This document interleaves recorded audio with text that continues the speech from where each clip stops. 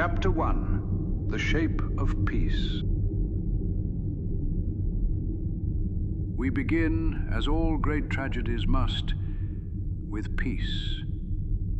And I want you to feel that peace as I describe it, to let it settle over you like warm light through a window, slow and golden and entirely without demand. Picture it, if you will, the galaxy as it once was, in those quiet years following the fall of the Empire. The New Republic, young and hopeful and fragile as a seedling after long winter, had taken root across 1,000 worlds.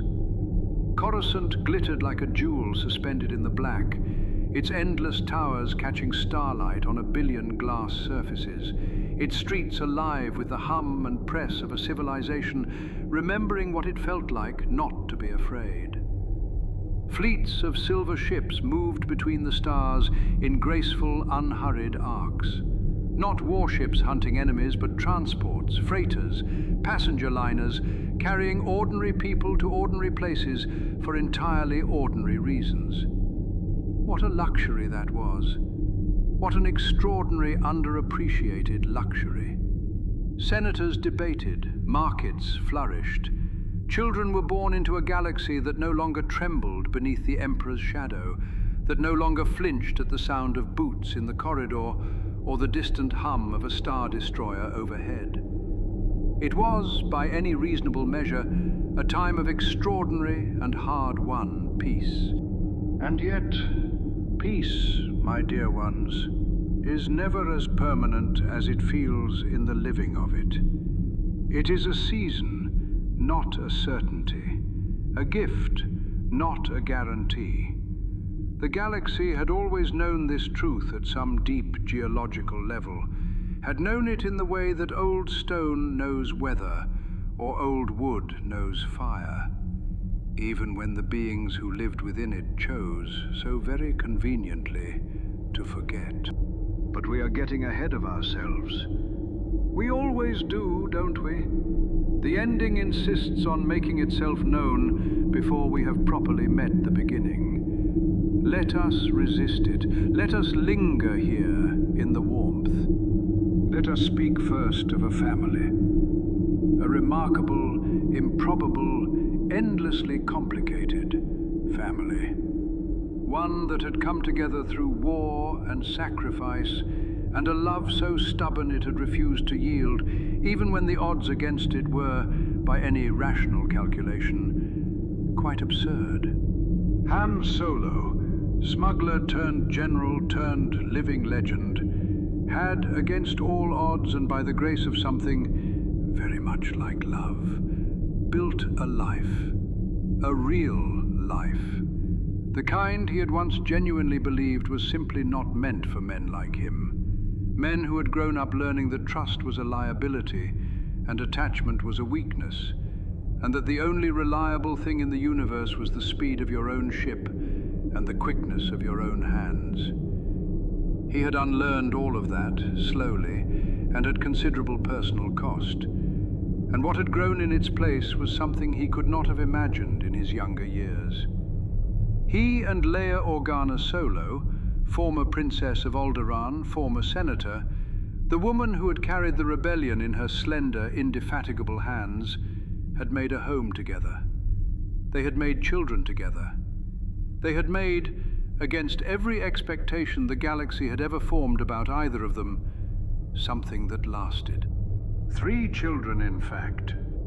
Jason and Jaina Solo, twins, fierce and bright, and utterly inseparable even when they argued, which was often and loudly, and with the particular creative vocabulary of children who have grown up surrounded by warriors, diplomats, Jedi, and one spectacularly outspoken Wookiee.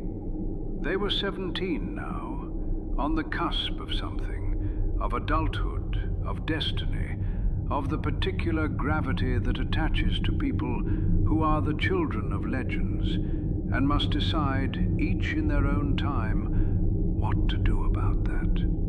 And then Anakin Solo, the youngest, named with a complicated mixture of hope and grief, and the particular courage it takes to reclaim a name from its darkest associations, for his grandfather. The grandfather who had been Darth Vader. The grandfather whose shadow fell differently over each member of this family, depending on how they chose to stand in the light, whether they faced it squarely, or turned away, or tried, as some did, to pretend the shadow was not there at all. Anakin was 14. Young in years, my dear ones, but there was something in his eyes.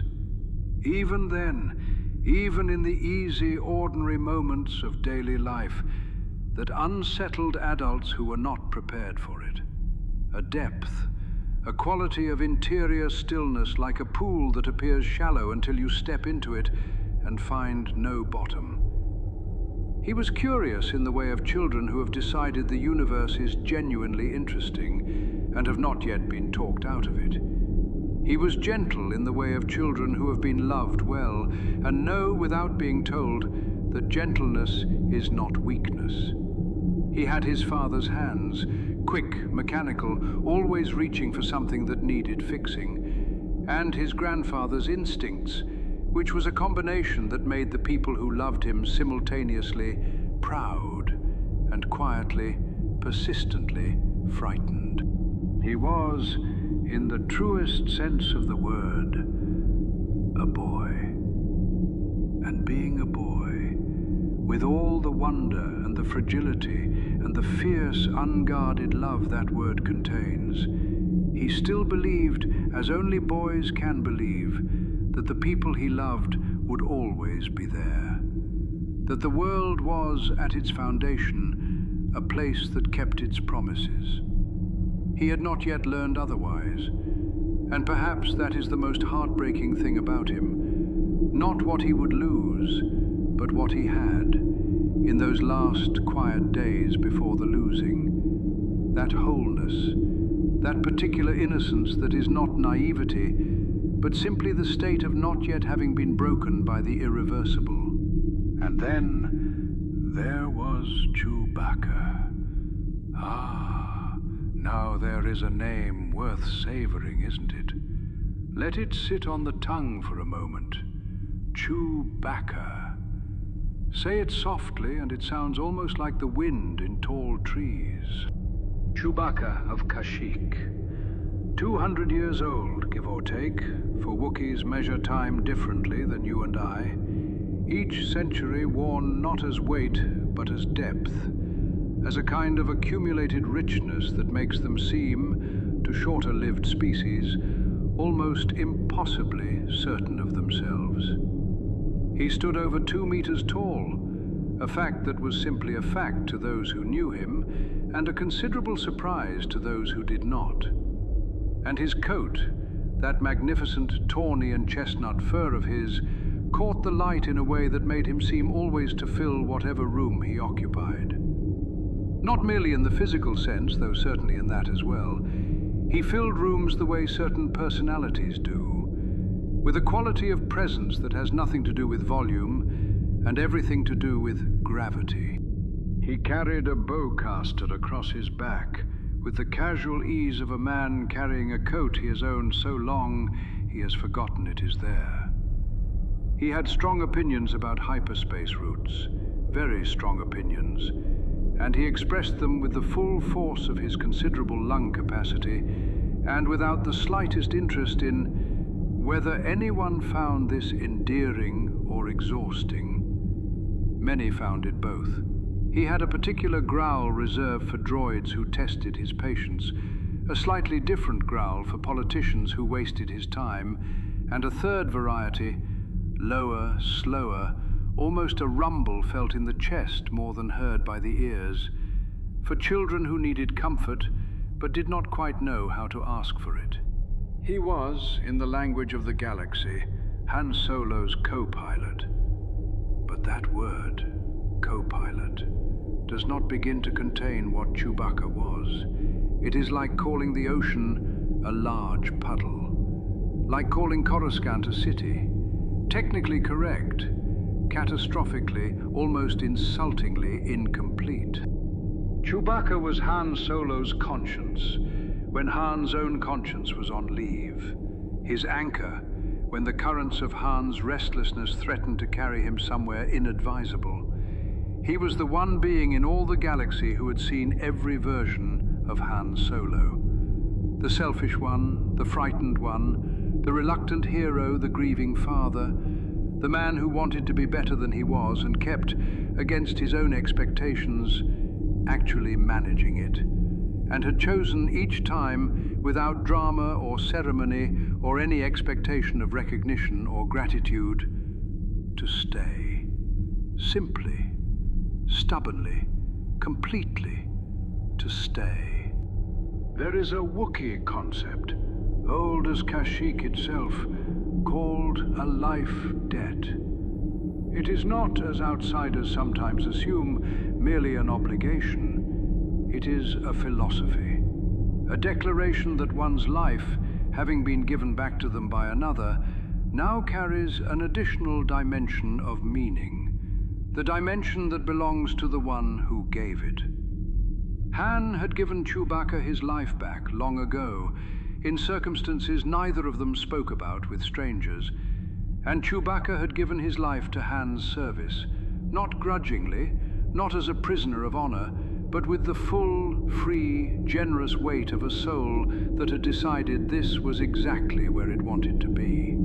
In those peaceful years, Chewbacca moved through the Solo family's life the way that certain presences do, so constant, so deeply woven into the fabric of daily existence that one stops noticing they are there the way one stops noticing the sound of the wind, or the warmth of familiar rooms, or the weight of a hand that has always been there when needed. He helped Anakin with mechanical problems, because the boy had inherited his father's gift and his grandfather's instinct, and needed only a patient audience to work through the tangles of his thinking. He endured Jason's long philosophical tangents with the saintly patience of someone who has genuinely heard everything at least twice and found it marginally more interesting the second time. He watched Jaina with something very close to pride, because she flew with Han's recklessness and her mother's precision, and that particular combination was, to Chewbacca's experienced eye, simply irresistible. And the galaxy hummed along. Senators debated. The New Republic's bureaucracy produced its paperwork. Trade routes expanded. No one was looking toward the outer rim. No one was watching the dark space beyond the last charted systems, where the stars grew thin and the silence between them had developed, quietly, a new and terrible quality. No one was watching what was coming. But something was coming, my dear ones. Something ancient. Something that had been traveling longer than most civilizations had existed. Something patient and devoted and entirely indifferent to the borders and laws and carefully maintained peace of a galaxy it had already decided was its own. Rest here. Let the peace of those days settle over you one last time. The Falcon is docked. The family is whole. For now. Chapter 2. Voices from the Void. Breathe now. In and out. Feel the slow rhythm of it. The rise, the hold, the release. Let the last chapter settle behind you like a door quietly closing on a warm room. You are still safe here, still held inside the warmth of the telling. And we have so much further yet to travel together, you and I. The first whispers came, as such things often do, from those closest to the edges, from the people who had chosen for reasons of profession or temperament or simple restlessness to make their lives in the thin places, the outermost territories where civilization's light grew dim and the distances between stars felt less like geography and more like philosophy. Explorers, scouts, long-haul pilots running routes that appeared in no official registry, trading in cargoes that appeared on no official manifest. Geologists and xenobiologists, stationed on worlds that most of the galaxy had never heard of and would never visit. These were practical people generally, people who had learned to trust their instruments and their instincts in roughly equal measure, and to be suspicious of anything that contradicted both simultaneously. And yet the reports that began trickling into New Republic intelligence in those months were strange enough to make even the most pragmatic analysts sit forward in their chairs. Ships destroyed in ways that did not match any known weapon's signature. Not the clean geometric burns of turbo-laser fire, not the ion scatter of cannon impact, but something organic. Something that suggested not detonation, but consumption. Vessels that had been, by all available evidence, not destroyed, but eaten. And shapes reported in space near the outer rim. Shapes that did not move the way manufactured things move, with the clean Newtonian logic of thrust and inertia, but with a different logic entirely, a biological logic, a logic of muscle and will and hunger. The word that kept appearing in these early reports, flagged, underlined, circled in the margins by analysts who were not sure what to do with it, was biological. Not a malfunction, not a weapons test, not piracy, not insurgency, not any of the familiar categories that New Republic threat assessment had been designed to process. Something else, something for which the existing categories were simply insufficient.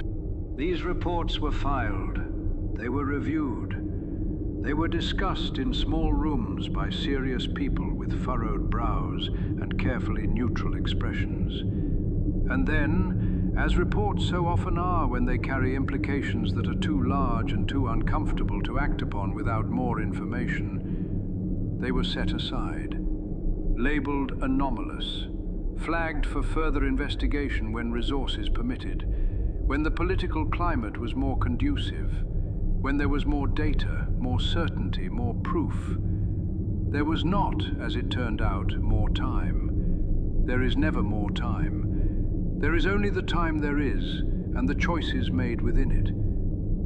Meanwhile, on a world called Belkadan, deep in the Outer Rim, something had already begun. Belkadan was an agricultural world, pleasant enough in a functional, unpretentious way, with broad plains under a wide sky, and a climate that rewarded patience and hard work in roughly equal measure. It housed, among its scattered settlements, a small outpost of the Ex-Gal Society. The Ex-Gal Society, I have always found them rather charming, my dear ones. A group of scientists who had dedicated their careers to pointing their instruments at the absolute darkness beyond the galaxy's edge and asking, with genuine, earnest hope, is anyone out there?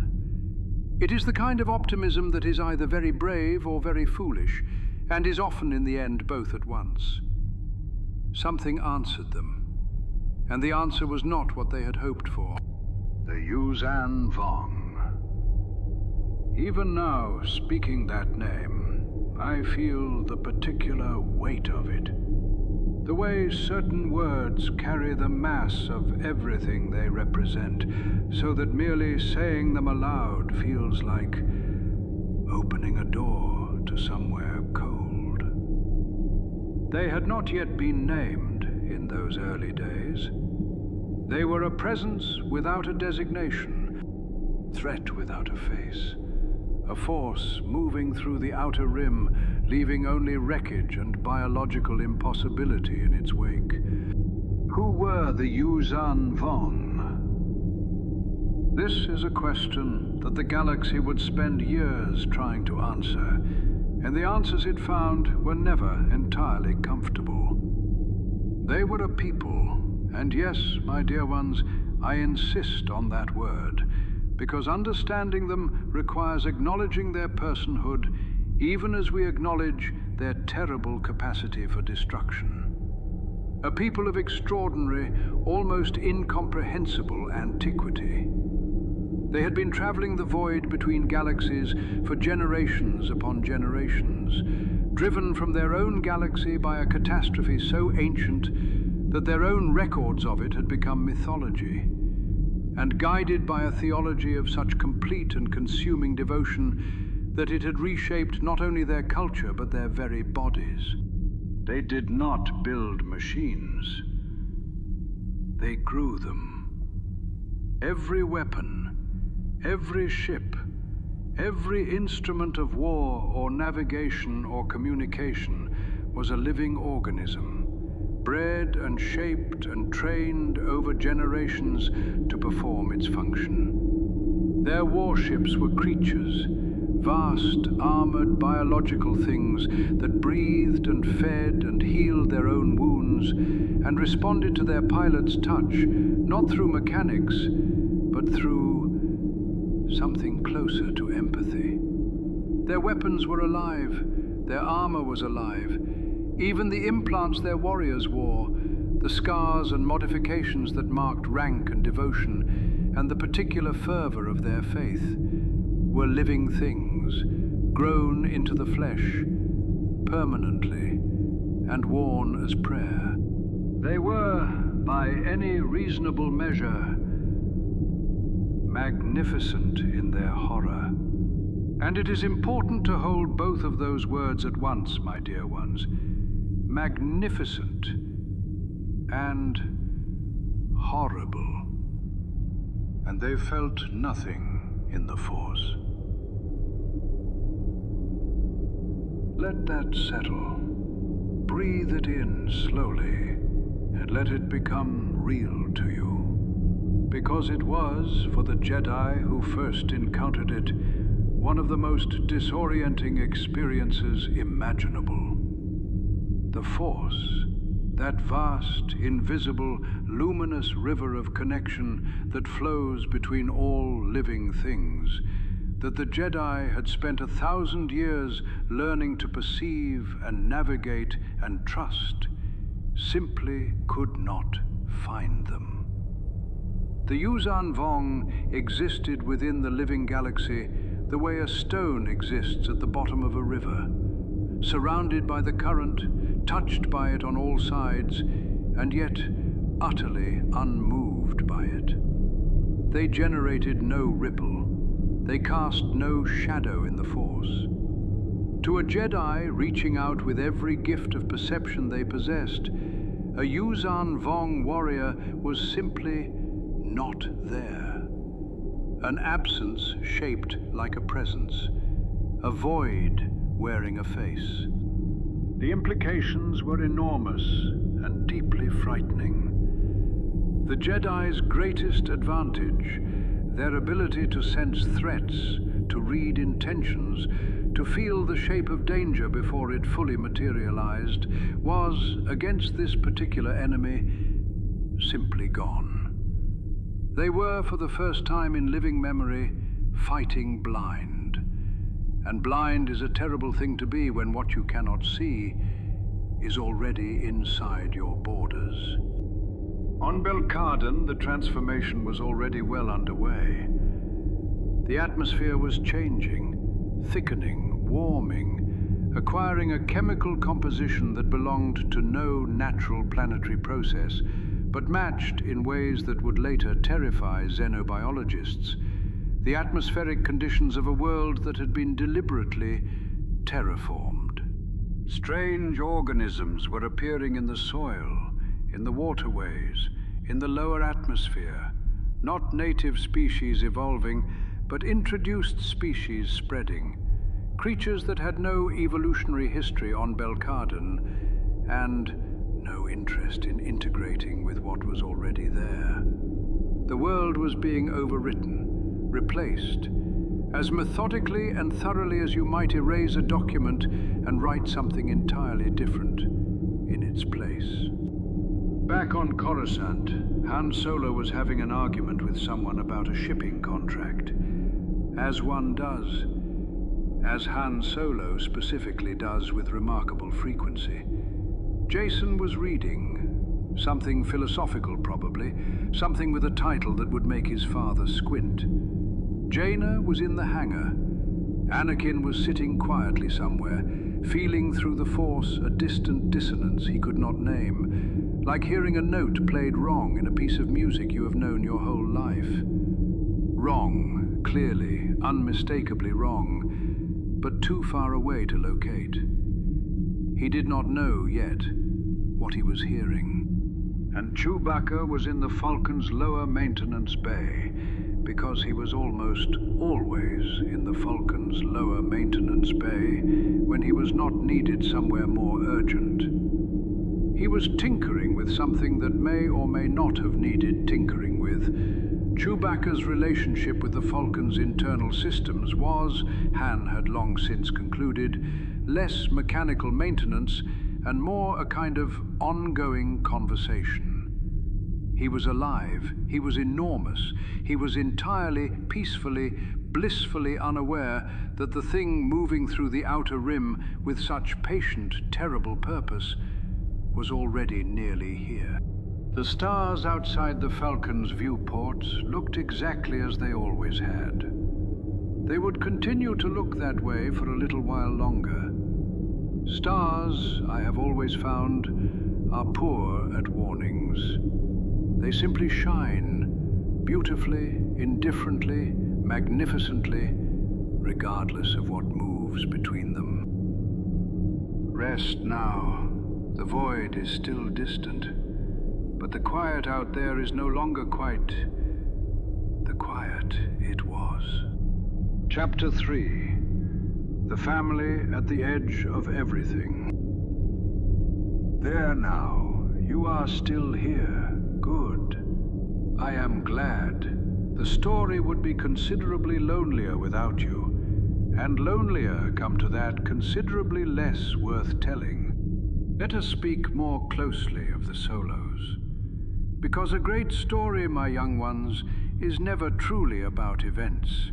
Events are merely the skeleton, the flesh, the warmth, the thing that makes a story breathe rather than merely stand upright. That is always, always the people within it. And the people at the heart of this particular story were as complicated and as loving and as imperfect as people tend to be when they care about one another very much and are not always entirely certain how to say so. Han Solo, in those days, was a man at a particular kind of crossroads that does not come with signposts. The war, his war, the one that had defined the first half of his adult life, was over. The Empire had been defeated. The rebellion had become a government. The galaxy had reorganized itself around new institutions and new expectations, and a peace that was still finding its shape. And Han Solo, who had spent decades being useful in the specific, visceral way that war makes people useful, was finding that peace requires a different kind of usefulness, a quieter kind, one he was still learning to value. He had everything by any external measure. A wife who was one of the most remarkable people in the known galaxy. 3 children who were, when they were not arguing about the nature of the Force or taking apart things that did not belong to them, extraordinary. A ship he loved with a fidelity he would have died before admitting rivaled his feelings for almost anything else. And yet there was something in him, that old, restless, undomesticated quality that had made him a smuggler in the first place, that had never fully been civilized by even the most civilizing of influences, that did not quite settle, that stood at the window, metaphorically speaking, and looked out at the stars with a particular kind of longing that peace had no clean answer for. He loved Leia absolutely and imperfectly. the way real love tends to work. Not the smooth, frictionless devotion of stories, but the daily, chosen, sometimes difficult love of two people who had survived extraordinary things together and knew, with the certainty of shared history, that they were stronger together than apart.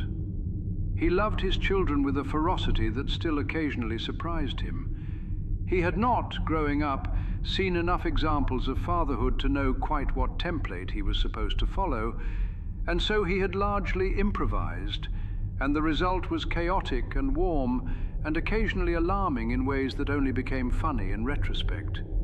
And he loved Chewbacca, though that love was so old and so constant and so thoroughly woven into the structure of his identity that calling it love felt simultaneously accurate and insufficient. Leia carried the galaxy the way she always had, not because no one else could, but because she had never learned how to put it down. She was, in those years, deep in the diplomatic architecture of the New Republic. Coalition building, mediation, the long, unglamorous work of turning the end of a war into the beginning of a lasting peace. She was extraordinary at this work. She was also, quietly, exhausted by it, in a way she shared with almost no one. Not because she was too proud to admit exhaustion. Leia Organa Solo was not a woman who confused vulnerability with weakness, but because admitting it would require stopping long enough to feel it. And she had never quite learned how to stop. She understood all three of her children, but she understood Anakin least easily, and this bothered her more than she let on. It was not a failure of love. Her love for Anakin was as complete and unreserved as love comes. It was something more like a failure of translation. There was something in Anakin that she perceived through the Force, as standing at a great height and looking down. A vertigo, a sense of enormous interior space, and she did not always know how to reach across that vertigo and touch the boy on the other side of it without disturbing something she could not quite name. She worried about him in the specific, persistent, unresolvable way that parents worry about the children they understand least. Not more than the others, not less, differently. In the quiet hours, when the diplomatic correspondence was finally finished and the apartment was still, she would lie awake sometimes and think about Anakin, about that quality in him that reminded her more than his siblings did of something old and enormous and not entirely safe. Jason Solo was, in those days, in the middle of becoming. That is the most accurate way I can put it.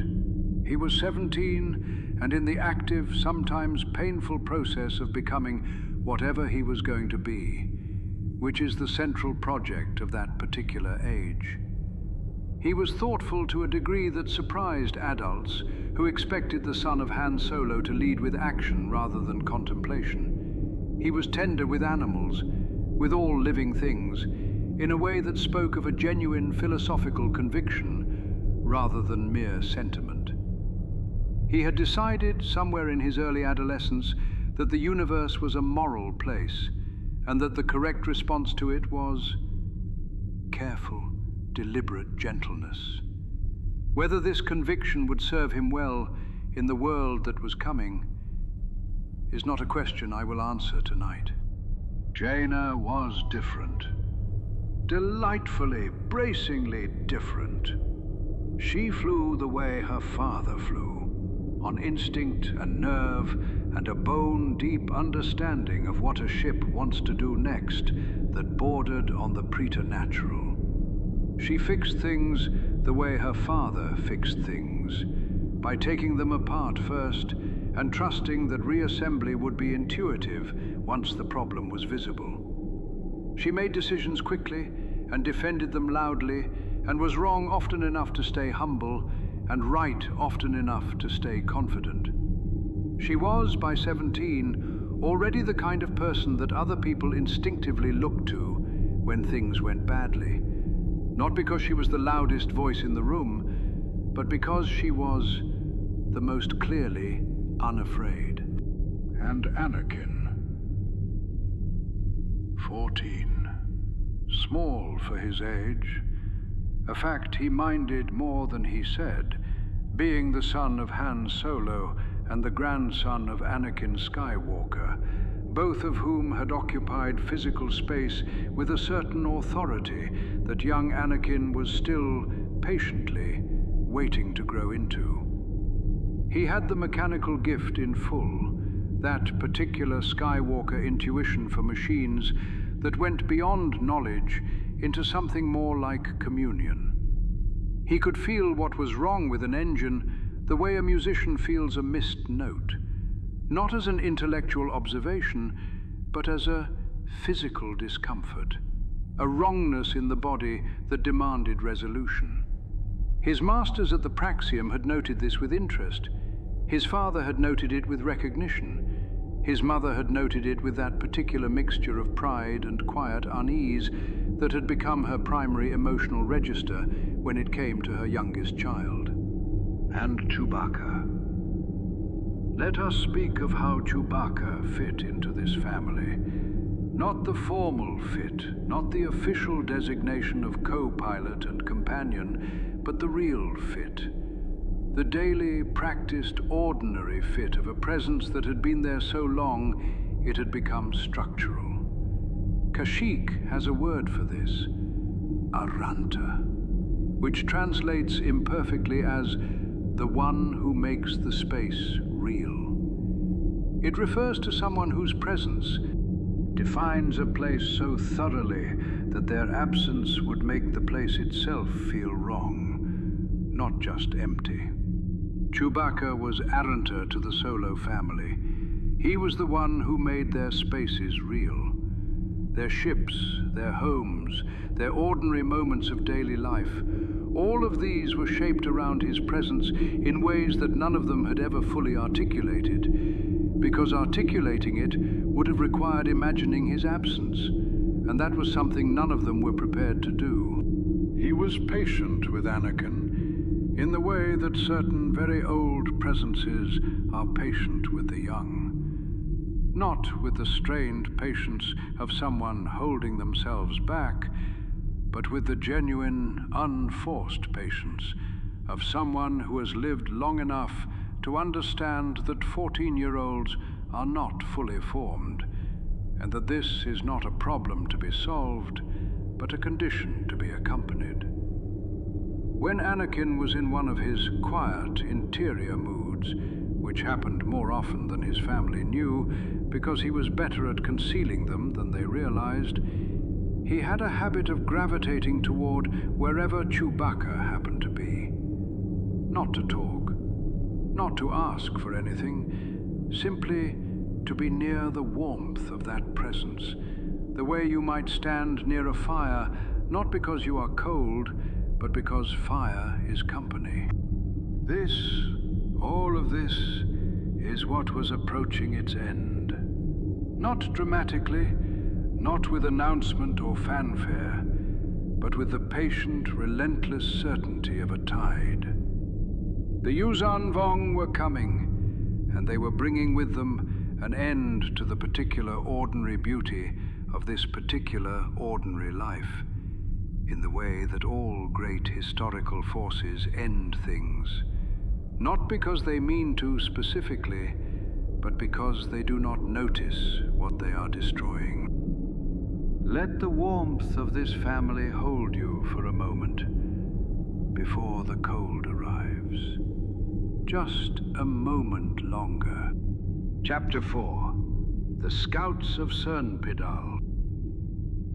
Are you still with me, dear one? Good. Draw a slow breath. All the way in, feel your chest rise with it, and then let it all go. Let the air carry whatever tension you are holding right out of you. Yes, like that. You are doing beautifully. Now, Let us speak of Sernpidal. It was a small world, the kind that appears in navigational charts with a single line of description and a classification code and very little else, because very little else had ever seemed necessary. Settled several generations back by hardy Outer Rim colonists who had wanted land and space and freedom from the particular attentions of galactic governance, Sernpidal had developed into the kind of community that sustains itself with quiet competence and asks for nothing from the wider galaxy except to be left alone to its work. Its people farmed the broad plains that rolled in every direction from the central settlement, growing crops that fed not only themselves, but several nearby systems. They maintained their equipment with the pragmatic thoroughness of people who cannot easily call for help when something breaks. They watched their skies, as all Outer Rim peoples watch their skies, with a mixture of appreciation and vigilance, because the Outer Rim has always known that what comes from above is not always welcome. Sernpidal had a moon called Dobido. Small and silver pale, it rose each evening in the eastern sky and traveled its ancient arc with the reliability of something that has been doing the same thing for so long that deviation has become literally inconceivable. The people of Sernpidal navigated by Dobido, planted by it, told time by it, named it in their songs and painted it in their children's rooms. It was, in the truest sense, part of the world, as much a part of Sernpidal as the soil under their feet or the air in their lungs. And one takes for granted the things that are part of the world. One doesn't think to be grateful for them until they begin, impossibly, to move. The first anomalous readings from Sernpidal arrived in New Republic databases with the quiet, unremarkable efficiency of automated sensor reports, flagged by the system, forwarded to the appropriate queue, reviewed by someone who had been reviewing sensor reports for long enough that anomalous had lost most of its urgency. Atmospheric irregularities, gravitational variance in the upper orbital shell. Small things, things that could be instrument error, could be a temporary magnetic fluctuation, could be any number of perfectly boring explanations. They were added to the file of Outer Rim anomalies that was growing, without anyone having quite noticed how much it was growing, into something that, if assembled and read as a single document, would have been deeply alarming to anyone with the clearance to see all of it. Han Solo received the message from Sernpidal on what had been, up to that point, a perfectly ordinary Tuesday. An old contact, the kind of contact one acquires over decades of operating in spaces where the law is more of a suggestion than a mandate, needed a delivery made, urgently, with discretion. The contact had not specified exactly what was wrong on Sernpidal, only that things were wrong in ways that were difficult to explain, and that having the Falcon in orbit would make everyone feel considerably better about whatever happened next. Han had accepted immediately, not because of the money, though the money was fine, and not because the cause had been particularly well explained. He had accepted because the contact's voice had carried a specific quality in it that Han Solo had learned, over many years and many close calls, to take very seriously. The quality of someone who is not yet frightened enough to be irrational, but is clearly past the point of being entirely calm. Also, and perhaps more immediately, it was an excuse to fly. And Han Solo, as we have established, never needed more than an excuse. Chewbacca, of course, was going. This required no discussion, no negotiation, no formal invitation. The Falcon was going, therefore Chewbacca was going. This was as fixed and reliable a truth as any in Han Solo's universe. More reliable, Han sometimes privately reflected, than most of the things the philosophers of the New Republic had spent years trying to establish as fixed and reliable. Chewbacca was going. He had already, by the time Han mentioned it aloud, begun running pre-flight checks.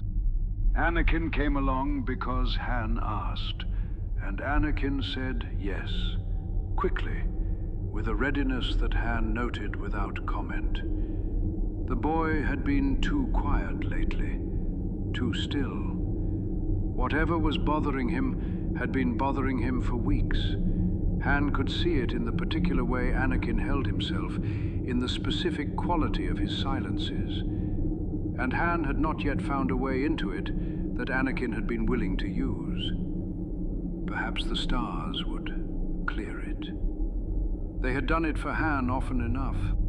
The three of them settled into the Falcon with the ease of long habit. Han at the controls where he belonged, where something in him simply relaxed the moment the familiar weight of the yoke was in his hands. Chewbacca in the co-pilot seat, because the co-pilot seat was his in every sense that mattered. And Anakin in the back, watching hyperspace do its beautiful physics-defying thing through the viewports, and feeling through the Force a wrongness that grew incrementally louder as they moved deeper into the outer rim. He did not mention it. He was not sure yet that he trusted what he was feeling. He was still only 14, and 14-year-olds know that the adults in their lives require evidence before they take a feeling seriously. The journey out was pleasant, as journeys go. Han told stories. Han always told stories, particularly on long hyperspace runs, because silence and Han Solo have never had a comfortable relationship. And Chewbacca disputed the accuracy of key details with the emphatic, vowel-rich growl of someone who was actually present for these events and therefore has opinions about how they are being characterized. This exchange had been happening between them for more than 30 years. It showed absolutely no signs of stopping, and neither of them showed any interest in stopping it. And Anakin, listening from the back, smiled the kind of smile that comes from witnessing something so old, and so specific, and so entirely theirs, that no amount of familiarity ever quite makes it ordinary. Sernpidal from orbit was immediately, quietly wrong. The atmosphere had a thickness to it that was not quite right. A haze in the upper layers that the ship's sensors flagged as chemically anomalous without being able to identify the specific cause. And the moon, Dobido, silver and steady and ancient, was not where it was supposed to be. Not dramatically displaced, not visibly falling, not yet. But the orbital data was unambiguous. Dobido was lower than its records indicated, measurably, verifiably, incontrovertibly lower. And a moon that descends tends to keep descending if whatever is pulling it down is not persuaded to stop. They landed in the settlement's main dock as the sun was moving into afternoon. A warm, dusty afternoon that smelled of turned soil and something faintly electrical that had no business being there. The people waiting for them on the landing pad had the look of people in the early stages of organized crisis. Not panicking, because they were outer rim people, and panicking was not in the cultural vocabulary, but focused with the specific, tight-jawed focus of people who have processed that the situation is serious and have decided to be useful rather than frightened, at least for now. The plan was simple. Load the Falcon with as many people as she could carry and get them off-world before the gravitational situation became unmanageable. Simple plans are the best kind. They are also the ones most likely to encounter complications. Chewbacca organized the loading with an efficiency that required no translation. There is something about a 2-meter Wookiee moving with calm, deliberate authority that relieves most beings of any desire to argue about process. He lifted, he directed, he made the sound that resolved hesitation. The Falcon's holds filled steadily with people and the things people grab when they are leaving quickly. Small things mostly. The things that are not valuable to anyone else. Anakin worked alongside the adults, moving through the controlled chaos with the quick, purpose-driven efficiency of a boy determined to be useful, to be counted, to be something more than cargo. He helped where he could. He followed instructions. He kept looking up at the sky, because the sky had taken on a quality that his Force senses were reporting as deeply, specifically wrong. Not the distant wrongness he had been feeling for weeks, but something closer, something immediately overhead. And when he looked up at Dobido, silver and larger than it should have been in the late afternoon sky, he understood that the wrongness had a location now. It had an address, and the address was directly above them. The calculations arrived while Han was mid-conversation with the settlement's logistics coordinator. Dobido would impact Sernpidal in approximately 2 hours. 2 hours.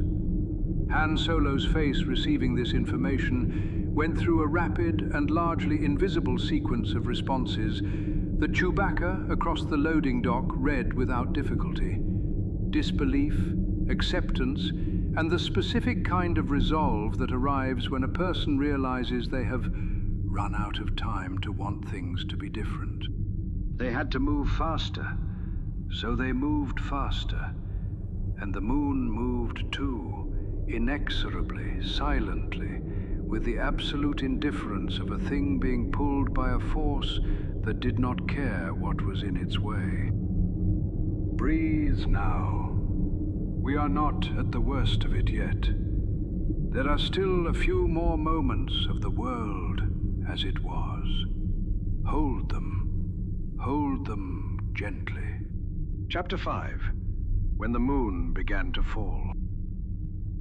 Breathe in, slowly, all the way in. Feel your lungs fill completely. Feel your ribs expand with it. Hold it for just a moment. And now release all of it. Let it all go. There. You are still here, still safe, still held inside the story's warmth, even as the story moves towards something harder. I will not leave you, and we will come through this together. The evacuation of Sernpidal was, in the way of desperate things accomplished under impossible time pressure, partly a success. Partly. I want you to sit with that word for a moment, my dear ones. Partly. It is doing an enormous amount of work in that sentence, carrying on its small syllables the weight of everyone who did not make it. The elderly man who lived too far from the dock, the family whose transport broke down 3 kilometers out, the people who had decided, with the absolute finality of outer rim pragmatism, that they were not going to leave what they had built, even if what they had built was about to be destroyed. These choices are not mine to judge, they are simply true. The Millennium Falcon groaned under her load, a low, structural sound that Han knew well enough to understand as something between complaint and commitment. She was at capacity and slightly beyond it, carrying more than her designer had intended, but not more than her character would permit. She had always been that kind of ship, the kind that went a little further than the specifications said she should, because she had something the specifications could not account for. Call it heart, Call it the accumulated will of everyone who had ever needed her and found her willing. Han was at the controls with the Falcon moments from liftoff. All systems nominally ready, the last of the boarding ramp checks complete, the chronometer in the corner of his vision showing a number that did not leave room for deliberation. And then a commotion at the rear of the ship. Chewbacca's form, enormous and unmistakable, moving against the current, not toward the cockpit, not toward any of the interior stations, but backward, back down the boarding ramp, back out into Sernpidal. Han's voice over the comm was sharp, urgent, stripped of the casual ease it usually carried. Chewie, what are you... Chewie, we are leaving right now. I need you at your station. The Wookiee's answer came back, not in words, because Shrillywook does not always need words when tone is sufficient. And what it contained was not defiance, not stubbornness, not the argumentative rumble of a co-pilot who disagrees with a flight decision. It was something that stopped Han mid-sentence. Something that he recognized because he had heard it before in various forms over 30 years. The sound Chewbacca made when he had seen something that his conscience would not permit him to walk past. There was a child. A boy. Small, perhaps 8 years old, perhaps less. Standing in the open ground at the edge of the dock, alone. Separated from his family in the chaos of loading, and now frozen by it, by the enormity of the noise and movement around him, and by the great dark shape that Dobido had become in the sky. Above, no longer the familiar silver coin of an ordinary moon, but something vast and wrong, and getting visibly, measurably larger by the minute. He was simply standing there, unable to move. The way that terror at a certain intensity does not produce flight but paralysis. The body overwhelmed by what it is receiving, shutting down all discretionary function and simply waiting for instruction. Chewbacca went back for him. And here, my dear ones, here is where I need you to really hear me, because this is the moment. This is the thing about Chewbacca of Kashyyyk that no legend or record or retelling has ever adequately captured, because it is not the kind of thing that translates well into the language of legend. He did not hesitate. He did not calculate. He did not weigh his own life against the boy's life and come to a heroic conclusion after suitable deliberation. He saw the child, and he went back. That is the entire story of that particular decision. That is all there was to it. The child was there, he had seen him, and therefore he went. Anakin aboard the Falcon felt it through the Force. Felt the great, warm, familiar presence of Chewbacca moving away from the ship, moving away from safety, moving toward the child and toward the thing that was descending above them both. And he did not think. He was 14 years old, and he had known Chewbacca for his entire conscious life, and the Force was showing him Chewbacca moving in the wrong direction. And so he ran.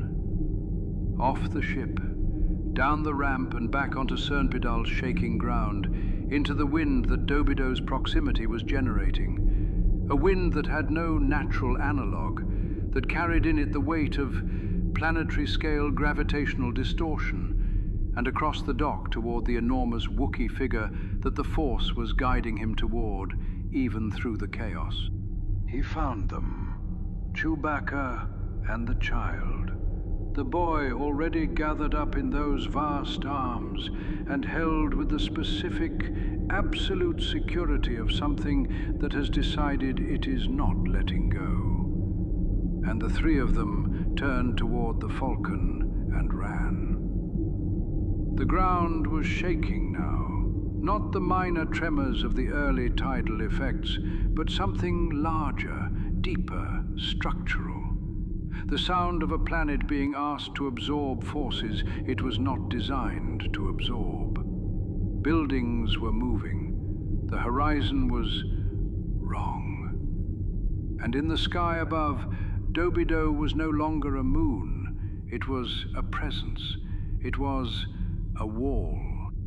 Han Solo, watching through the viewport, was doing something he had very little practice at: praying. Not to any specific deity. Han Solo's theological commitments had always been flexible, but in the way that people pray when they have exhausted all other options, which is to say, with the complete and desperate sincerity of someone who has run out of things to do and is simply asking the universe, please, for once, to be kind. He held the Falcon down. He watched the chronometer. He watched the viewport. He kept his hands on the controls and his eyes on the dock, and he did not look away. Anakin reached the ship first, threw himself up the ramp with the force of absolute desperation, scrambled inside, turned back. Chewbacca was there, still, running, still coming.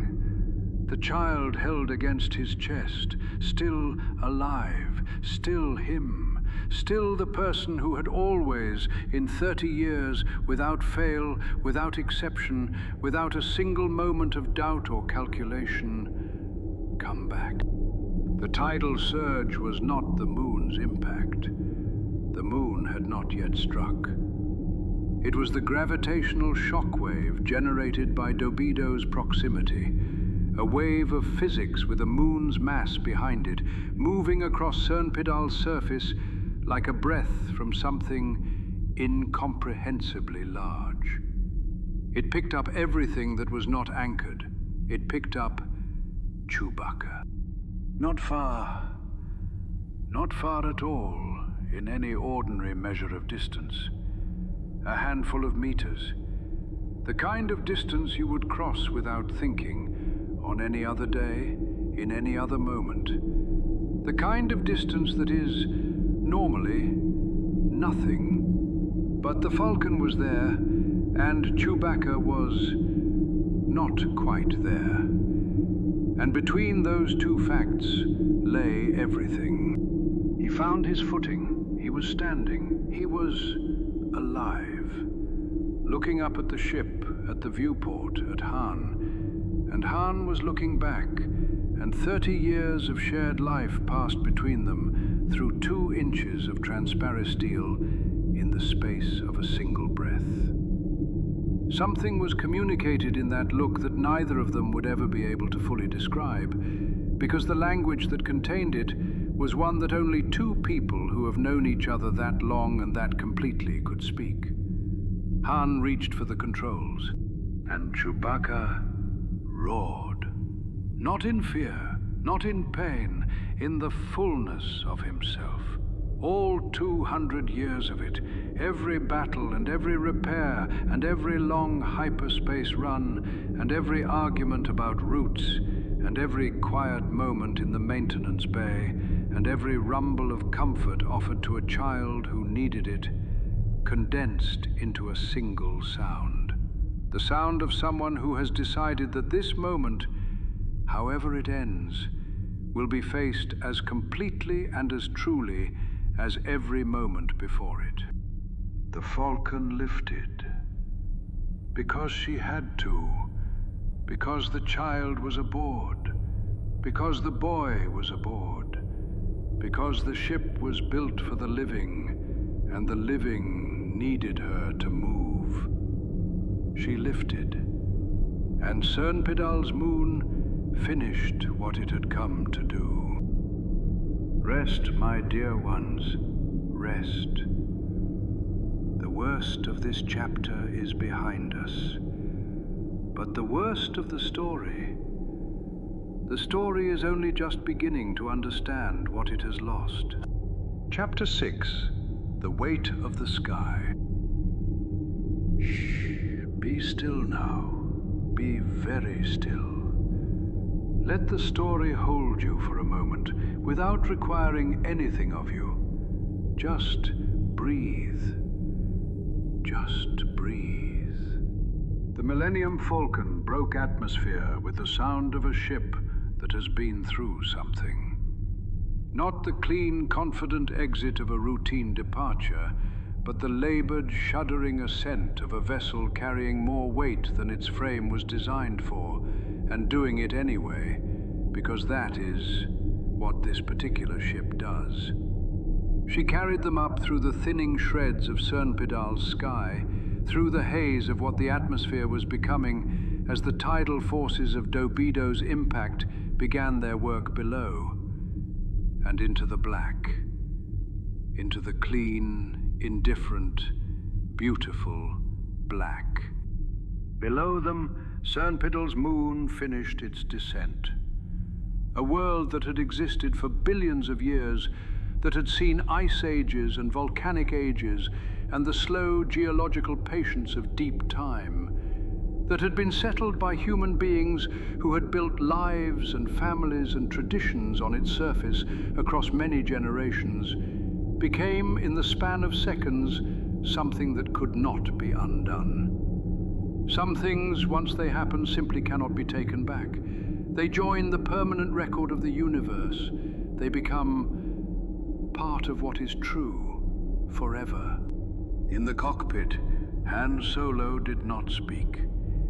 He flew the way he flew when he was keeping himself together by the application of will alone, with a technical precision that was not his natural style, that required active, conscious effort, because his natural style was instinctive and fluid, and required a certain ease of spirit that he did not currently possess.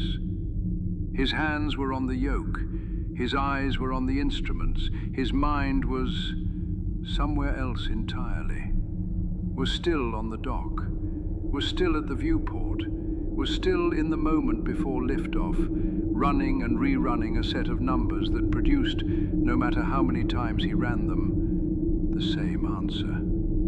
He did not look at the co-pilot's seat. He could not look at the co-pilot's seat. Not yet. Anakin was in the corridor. Not the cockpit. Not the passenger holds where the Sernpidal refugees were sitting in the specific dense silence of people too recently traumatized to speak.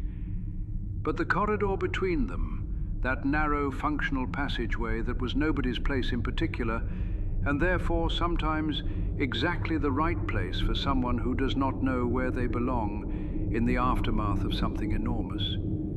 He was sitting against the wall with his knees drawn up and his back against the cool metal, and he was doing nothing except existing in the new shape of the world.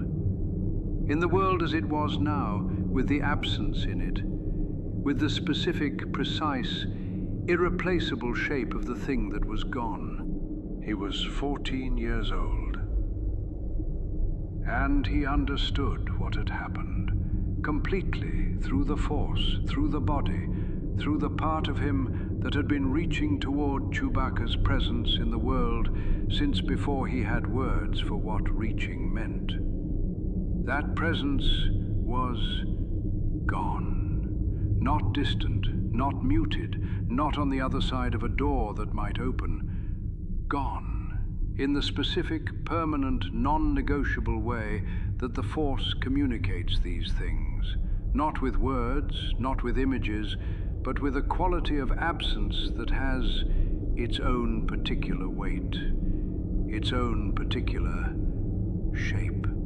He was not crying by then. He had moved through crying somewhere on the dock, somewhere in the sprint and the wind and the chaos, and had come out the other side into something quieter and harder and more difficult to describe. A state past tears, past the first impact of grief, where the loss has been received by the body, but not yet processed by anything else, and the only thing available to do is sit with it, be inside it. Let it be exactly as large as it is without trying to make it smaller or more manageable or more narratable. The refugees around him were in their own versions of this same state.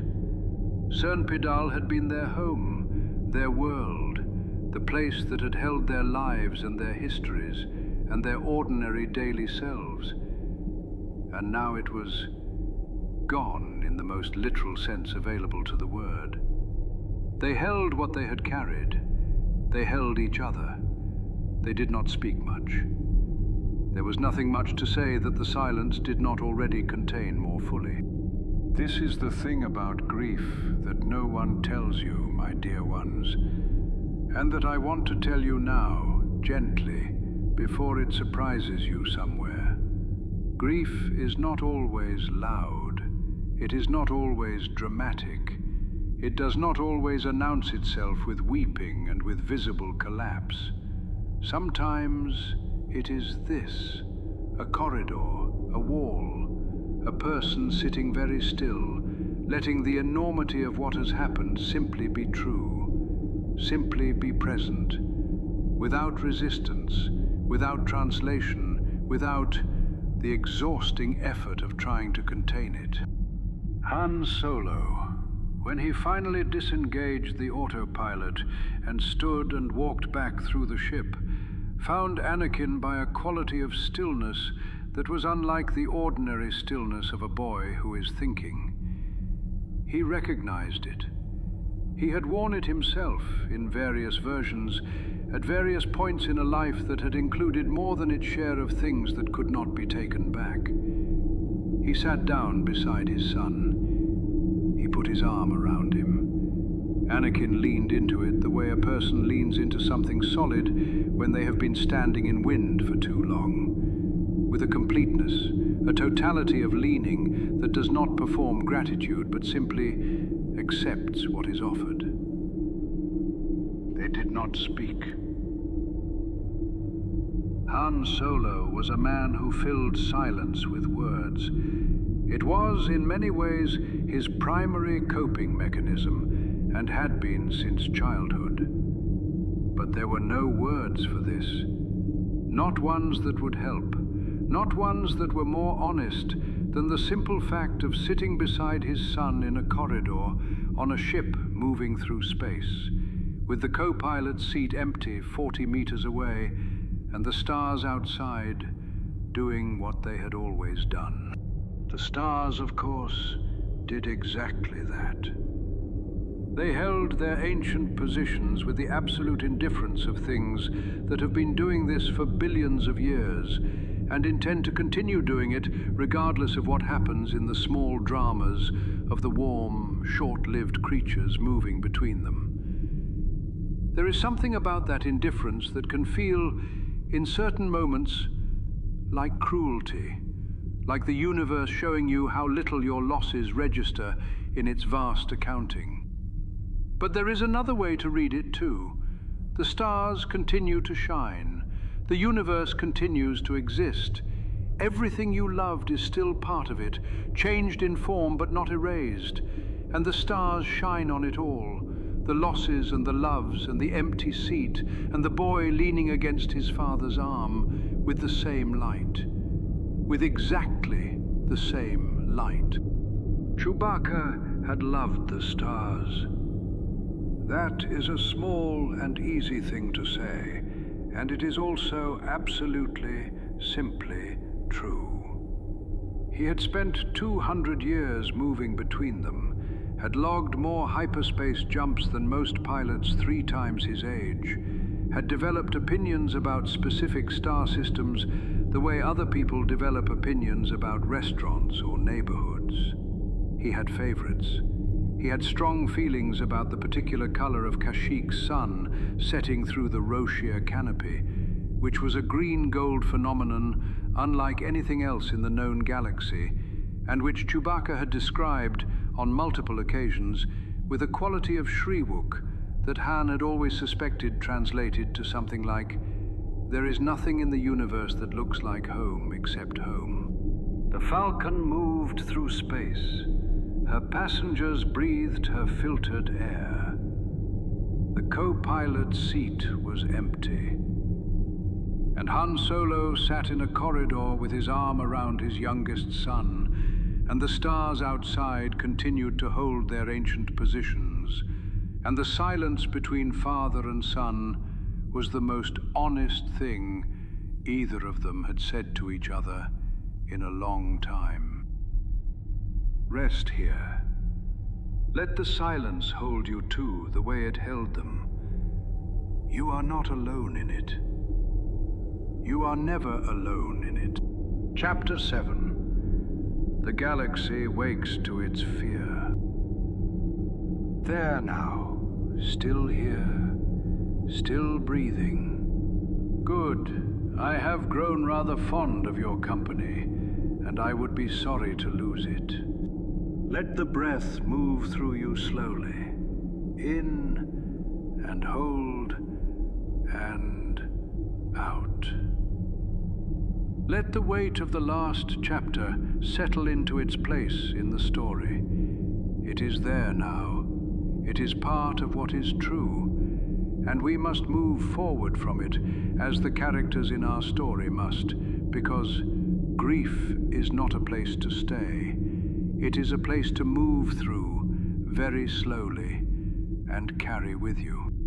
We must speak now of what happened to the wider galaxy in the weeks and months following Sernpidal. Because what happened on that small, unremarkable outer rim world was not, as the New Republic would briefly and optimistically hope, an isolated incident. It was the first audible note of something that had in fact been playing for some time already. The first note loud enough to hear over the ordinary business of peace. The destruction of Sernpidal, a populated world destroyed by the deliberate weaponization of its own moon, was impossible to file away. Impossible to label anomalous and forward to the appropriate queue for later consideration. It was unmistakably an act of war. The question was, war by whom? Against whom? By what mechanism? According to what logic? In service of what objective? The new. Republic's intelligence apparatus, now working with something approaching real urgency, began pulling every thread it could find. Every outer rim report going back 2 years, every destroyed vessel, every atmospheric reading, every X-gal transmission, every unexplained biological detection. It assembled them all and looked at what they made when placed side by side. What they made was a picture of an invasion that had been underway for considerably longer than anyone had realized, and that was already much further along than anyone was comfortable admitting. The Yuuzhan Vong had not arrived with Sernpidal. They had arrived quietly, carefully, methodically, in the way of people who have been planning something for a very long time and have learned from experience that the advantage of surprise is worth the patience required to maintain it. They had sent advance elements into the outer rim months, possibly years, before the attack on Sernpidal. Scouts, terraformers, the biological agents that had already transformed Belkaden and several other worlds into something unrecognizable. Warriors in small groups, testing defenses, probing responses, learning the shape of what they were going to take.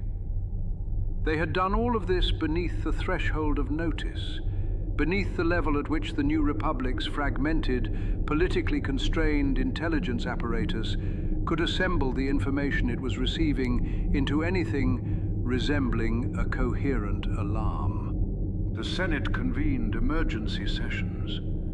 Military commanders were recalled from leave and from the various regional postings that the pleasantly boring security environment of the past decade had created. Shipyards were contacted, fleets were assessed, Strategies were debated with the specific, grinding urgency of people who know they are already behind and are trying not to let that knowledge become panic. The New Republic's military, while formidable on paper, had been configured for the kind of threats it had faced for the past decade: remnant imperial factions, piracy, regional disputes. And the Yuuzhan Vong were not any of those things. They were something for which the existing configurations and doctrines and contingency plans were, with very few exceptions, simply not designed. The Jedi grappled with this too, with the specific, unprecedented horror of an enemy that could not be felt. Luke Skywalker, in those early months of the invasion, described the experience of reaching for the Force in a Yuuzhan Vong engagement as standing in a familiar room from which all the furniture has been removed and trying to navigate it in the dark. You knew where the walls should be. You knew where the light switch was.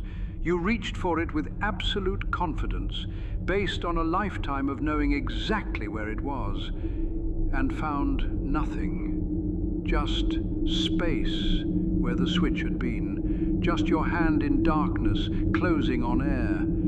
And then something hit you from a direction you hadn't expected, because the darkness was not actually empty. It just contained things you could not feel. The implications for Jedi combat doctrine were enormous and deeply troubling. The Force was not diminished. It was still there, still flowing, still connecting all living things in its vast and invisible web. But the Yuuzhan Vong were not in the web. They moved through the galaxy the way a whole moves through fabric, defined by what surrounds them, impossible to grasp directly, invisible until you fell through them. For the Solo family, the galaxy's awakening to its fear was experienced not as an abstraction, but as the personal and immediate context of their grief. Han Solo, in those first weeks, threw himself into the military response with a purposefulness that the people around him recognized, if they had known him long enough, as the particular energy of a man who is using motion as a wall between himself and something he is not yet ready to face. He attended briefings, he flew missions, he argued strategy with military commanders who were sometimes annoyed by his certainty and almost always ultimately persuaded by it. He was effective, he was tireless, he was not at any point during this time anywhere near the interior landscape of his own loss. He had locked that room and was not going near it. Leia saw this and understood it, and did not try to unlock the room before he was ready. She had her own version of the room, her own locked interior where Chewbacca's absence lived, where the specific grief of losing someone who has been part of your life for so long they have become part of the architecture of it, was kept carefully contained while she did the work that needed doing. She and Han were two people grieving in parallel, in adjacent rooms of themselves, each one waiting for the other to indicate that the door could be opened. They were not ready, not yet. The galaxy, meanwhile, was waking up. World by world, in the outer rim and then the mid-rim, the awareness was arriving. Not the abstract awareness of a Senate briefing or an intelligence report, but the physical, immediate awareness of a people who are watching their outer edges burn and understanding, with a dawning horror that was not quite like any horror they had felt before, that what is burning is coming this way. Refugee ships began to flow from the outer rim, families in whatever vessel they had managed to acquire or commandeer, carrying what they could carry, looking for somewhere that was still whole. The New Republic was not, as yet, adequately organized to receive them, which added the specific shame of institutional failure to the ordinary human failure of not having seen this coming sooner. And Anakin Solo, quiet, careful, carrying things that no one else was quite seeing, had returned to the Jedi Praxium on Yavin 4 and to his studies, because that was what had been decided. Because structure, the adults in his life believed, would help. And perhaps it did help around the edges, but at the center of him, where the loss lived, structure could not reach. He trained, he ate, he slept when he could. He felt through the Force the distant noise of the invasion, the grief of worlds, the fear of peoples, the specific, nameless quality that a Force-sensitive experiences when the living Force is under sustained attack at scale. It felt like pressure behind the eyes. It felt like a sound just outside the range of hearing. It felt like something was wrong with the air. He could not put it down. He carried it alongside the other thing he was carrying, the personal grief, the absence shaped like a Wookiee, and he did not tell anyone how heavy the combined weight was. He had, after all, his father's instinct for not asking for help, for better and for worse. The war is young, the galaxy is frightened, and a boy on Yavin 4 is carrying more than anyone yet knows. Chapter 8. What the Boy Understood. Breathe, dear one, just breathe. In slowly and out slowly. Let the breath be the whole of your attention for just a moment. The simple, reliable, always available fact of breathing in and out. Good. You are here. You are held. And I am going to sit with you for a while in this chapter, quietly, while we listen to a boy think. The Jedi Praxium on Yavin 4 had been built into and around one of the ancient temples that studded that jungle moon's surface. Vast stone structures raised by civilizations so long gone that their names had not survived, that existed now only as architecture, as the specific weight and proportion of stones placed by hands whose owners would never know they were building something that would one day house the children of the galaxy's last Jedi. The jungle had grown into the temples and around them over centuries, threading roots through the stone, draping the exterior in layers of green so deep and so various that the color had ceased to be a single thing and had become instead a whole vocabulary. Every shade from yellow-green to blue-green to the almost black of old canopy shadow. It smelled of growth, of wet soil, of the particular richness of a place that takes death and makes life of it, continuously, in an unbroken cycle as old as the moon itself. Anakin did not find this as comforting as it was clearly intended. He found from trained in the Praxium's central hall with the other students who were mostly older than him, who had heard about Sernpidal, who treated him with the specific, careful gentleness of people who know that someone near them has recently lost something important and are not sure how close to stand. He ran the forms. He practiced the lightsaber sequences. He sat in meditation in the way his masters instructed and tried to find in the silence of the living Force something that would tell him what to do with what he was carrying. The living Force offered him, as it tends to offer grieving students, the present moment, which was true and probably correct and absolutely not what he was looking for. He was thinking about the moment he ran off the ship.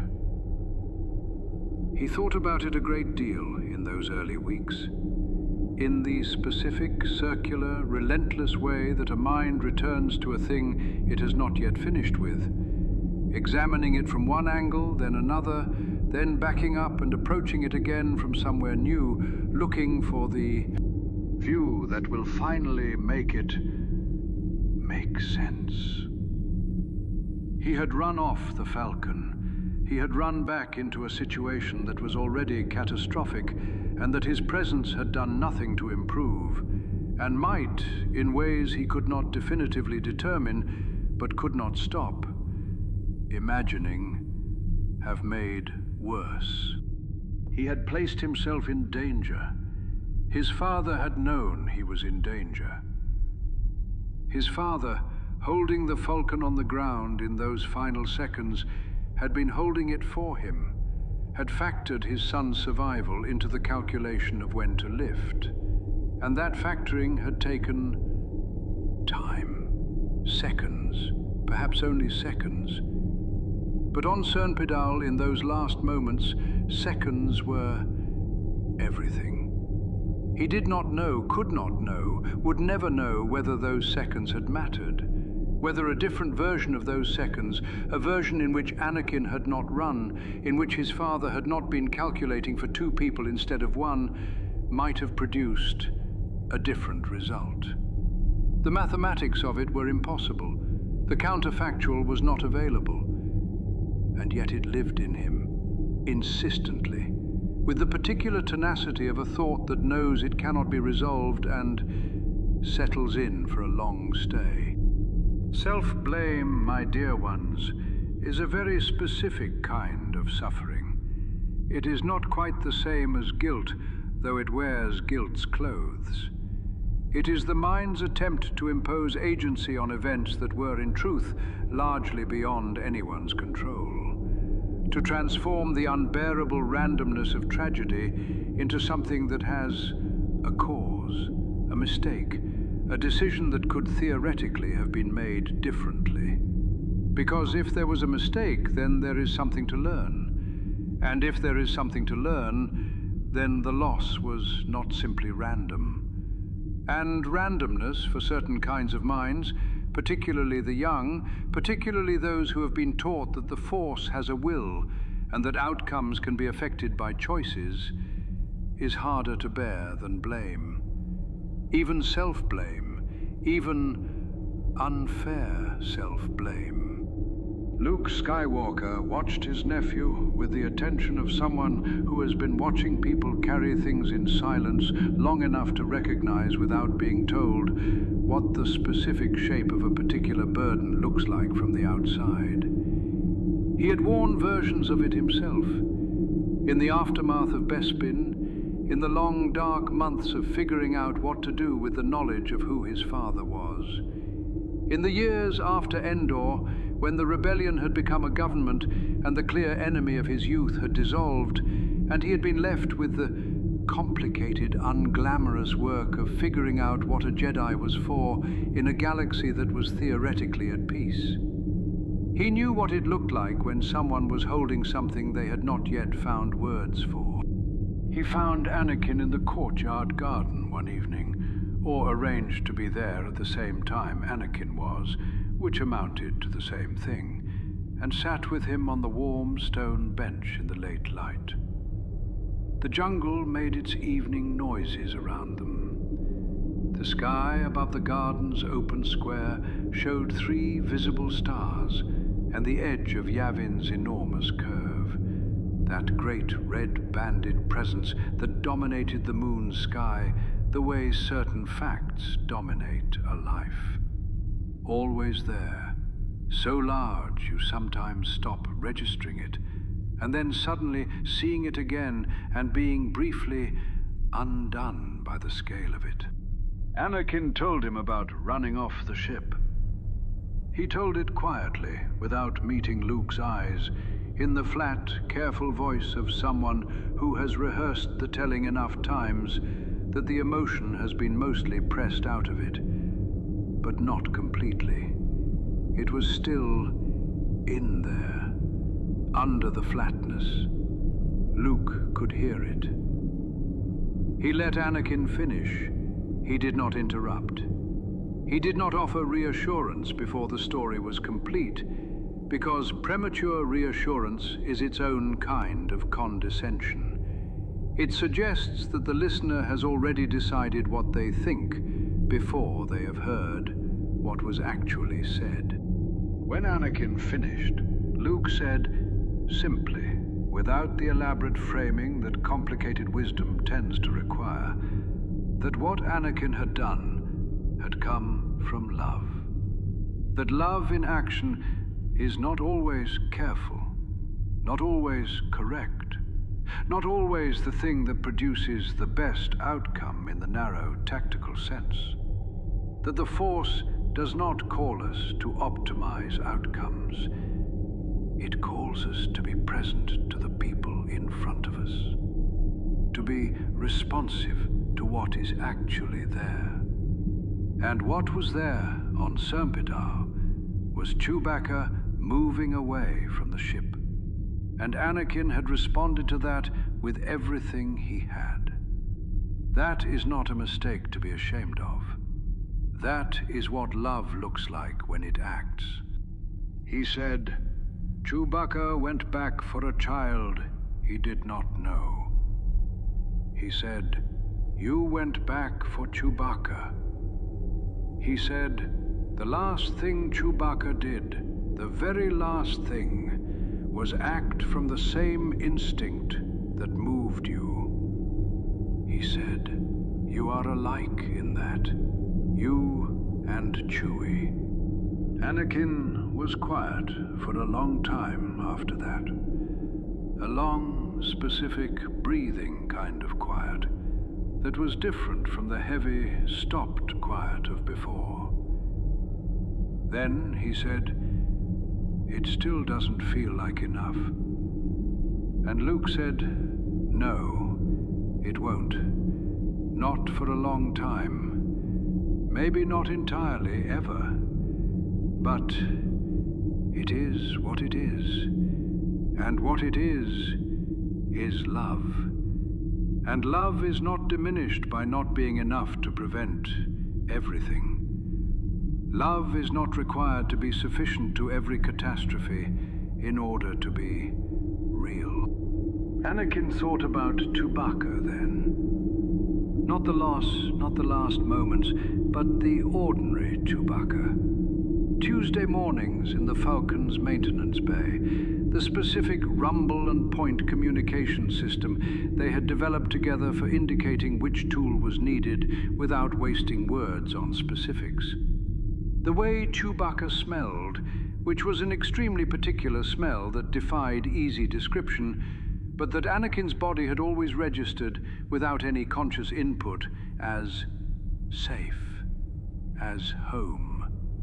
The way a very large and very patient Wookiee had always, without being asked, made room for a quiet boy who needed somewhere to be without having to explain himself. This is the texture of grief, my dear ones. Not the dramatic moments, the Tuesdays. The ordinary, ordinary, ordinary days that become, in their absence, the most precious things you ever had. He stayed in the garden until the light was fully gone. Then he went inside, and the jungle breathed around the empty bench in the dark, and the stars appeared one by one in the square of sky above the courtyard, and the Yavin system held its ancient, enormous shape exactly as it always had.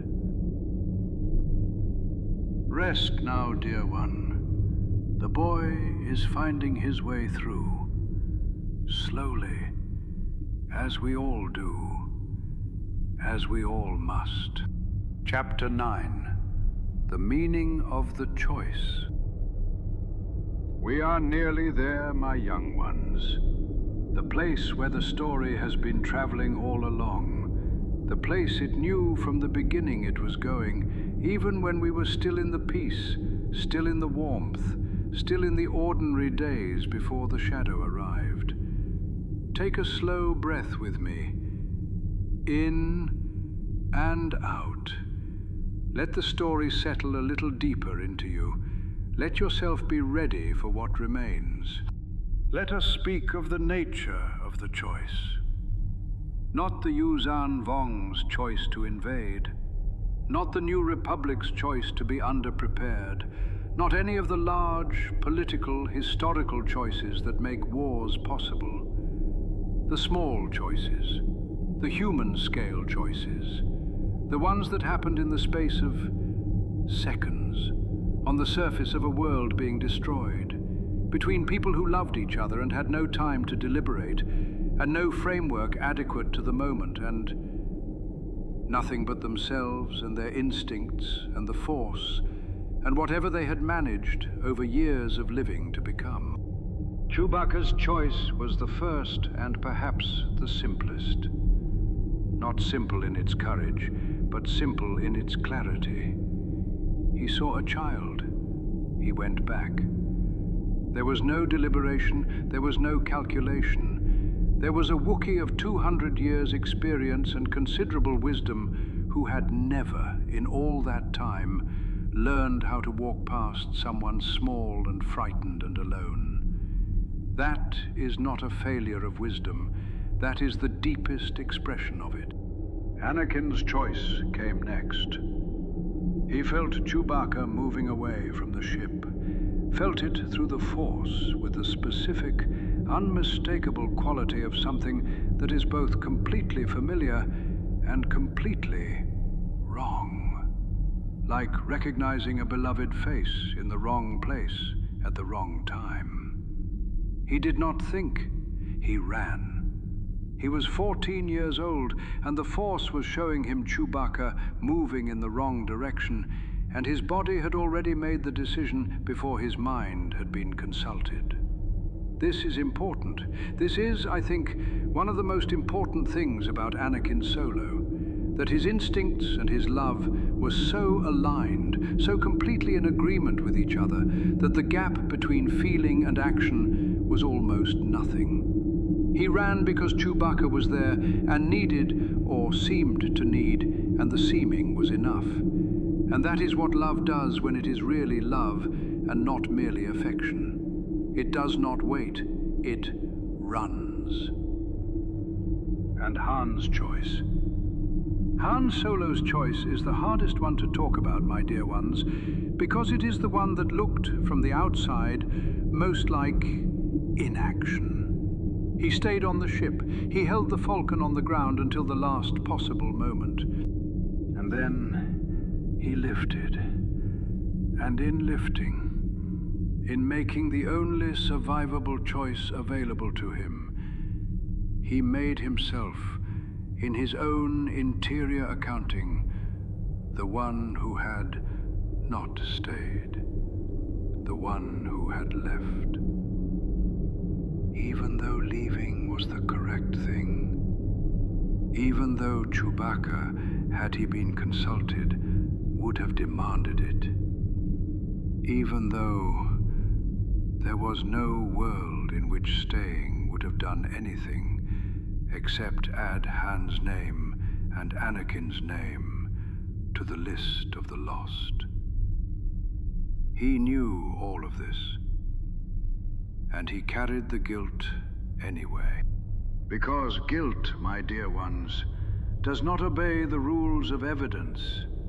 It does not require proof of wrongdoing. It does not respond in any simple or linear way to the demonstration that the accused did the best they could with what they had. Guilt is not a legal verdict. It is a feeling. And feelings live in us according to their own logic, which is the logic of love. The logic that says, if I had loved better, done more, been faster, been braver, been there in a different way at a different moment, the outcome might have been different. And love, being what it is, cannot entirely let go of the possibility that this is true, even when it isn't. Even when it is simply, verifiably, demonstrably not true. In the Wookiee tradition, there is a practice called the reckoning of the hands. a formal acknowledgement performed after a loss of what one's hands were doing at the moment the loss occurred. It is not about blame, it is about witnessing, about saying, here is what I was doing, here is where I was, here are the choices I made, and the choices that were made for me, and the choices that were not choices at all, but simply what happened. The reckoning is not performed to answer the question of whether things could have been different. It is performed to acknowledge that things were exactly as they were, and that this is something to be witnessed, something to be held, not judged, held. Han Solo never performed a formal reckoning. He was not by nature a man drawn to formal ceremonies that required him to sit still and feel things.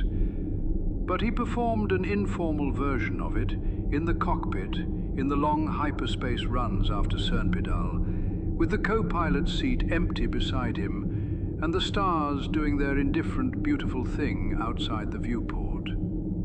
His hands had been on the controls. His hands had lifted the ship. His hands had done what hands do when they belong to the only person who can fly a particular ship out of a particular catastrophe. They had done the thing, the necessary, correct, survivable thing, and they would carry that knowledge for the rest of his life, the knowledge of what they had done, and the knowledge of what they had not been able to do. Anakin's reckoning, performed nightly on a stone bench or a dormitory floor, or in the middle of a training sequence when the weight of it became suddenly, briefly unbearable.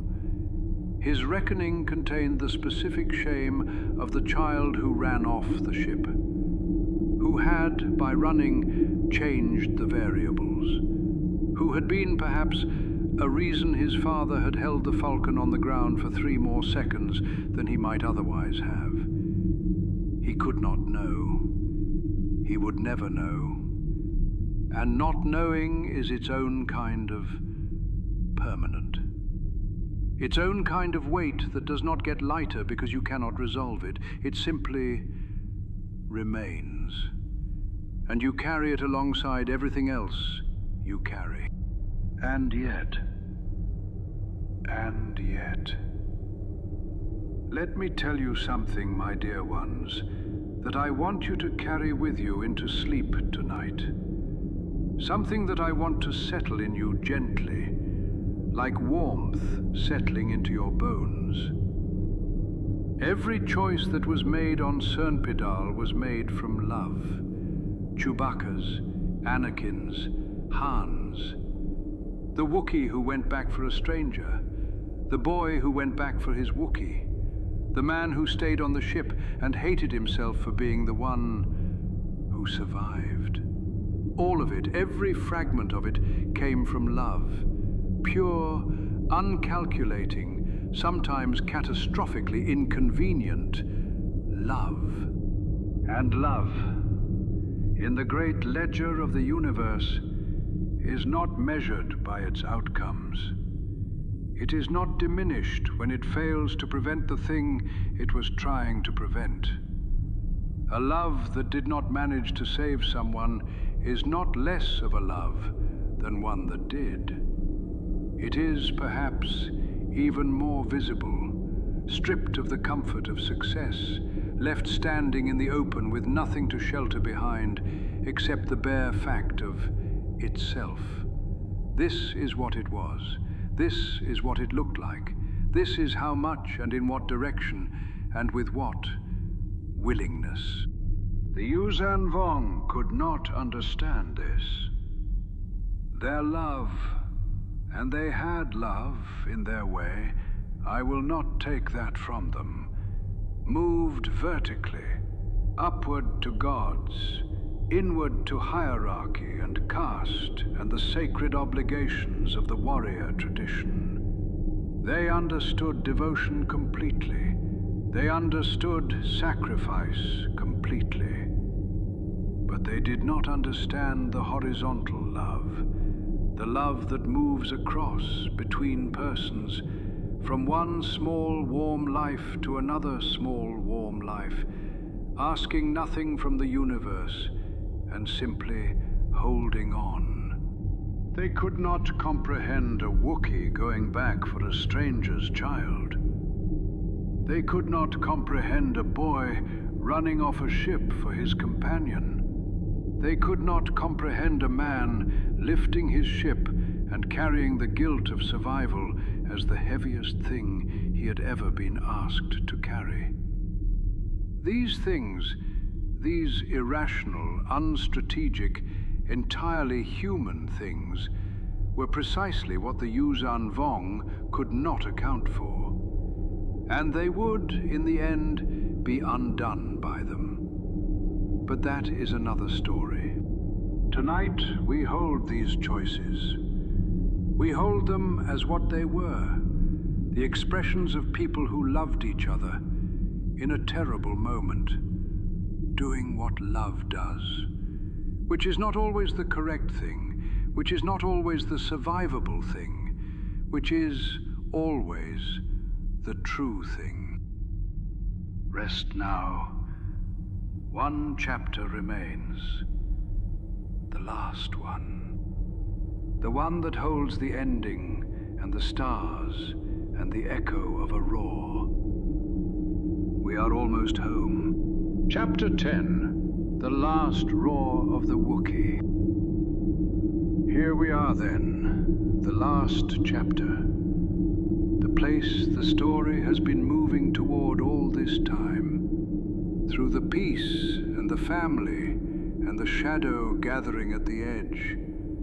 Through the evacuation and the moon and the corridor and the garden. We are here now. The crescendo has passed. What remains is the long, slow, necessary work of understanding what it meant. Let your breathing be very slow now, very gentle. Like the tide going all the way out, that long, unhurried withdrawal that makes the sea seem for a moment as though it might not come back. And then it does. It always does. In and out a little more. Let the weight of the whole evening story settle into you like warmth settling into old stone, slowly, completely, finding all the cold places and filling them. You have carried this tale with such patience and such faithfulness. I am grateful. I am always grateful when someone is willing to carry a story all the way to its end. Chewbacca of Kashyyyk died on Sernpidal when the moon came down. He died going back for a child. He died the way he had lived, turned toward. And the galaxy did not pause. The Senate continued its sessions. The Yuuzhan Vong continued their advance. The stars continued their ancient, indifferent shining. The universe registered his absence the way it registers all absences, by continuing to exist around the shape of what is no longer there, the way water fills a space when a stone is lifted, flowing into every corner, making the space its own, as though the stone had never been. But the people who loved him, they registered it differently. Han Solo flew. He flew more in the months after Sernpidal than he had in the preceding years. More missions, more routes, more time in the cockpit, and less time anywhere that required him to be still. This was his grief, performed in the only vocabulary he had ever been truly fluent in. He flew, and he did not look at the co-pilot's seat, and he did not say Chewbacca's name out loud, not for a long time, because saying it out loud required acknowledging, in a way that the body would insist on making real, that the name no longer had a person at the other end of it.